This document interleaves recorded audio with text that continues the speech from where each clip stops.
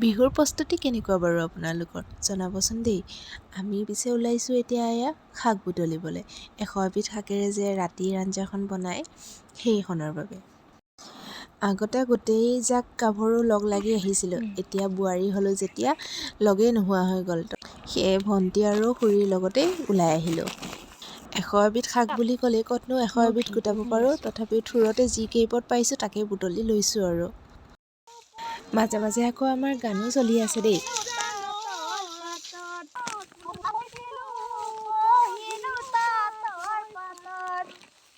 Hi guys, আমি এতিয়া পথাৰত আহিছোঁ। এয়া ঘামে বৈ গৈছে, গৰম হৈছে বহুত।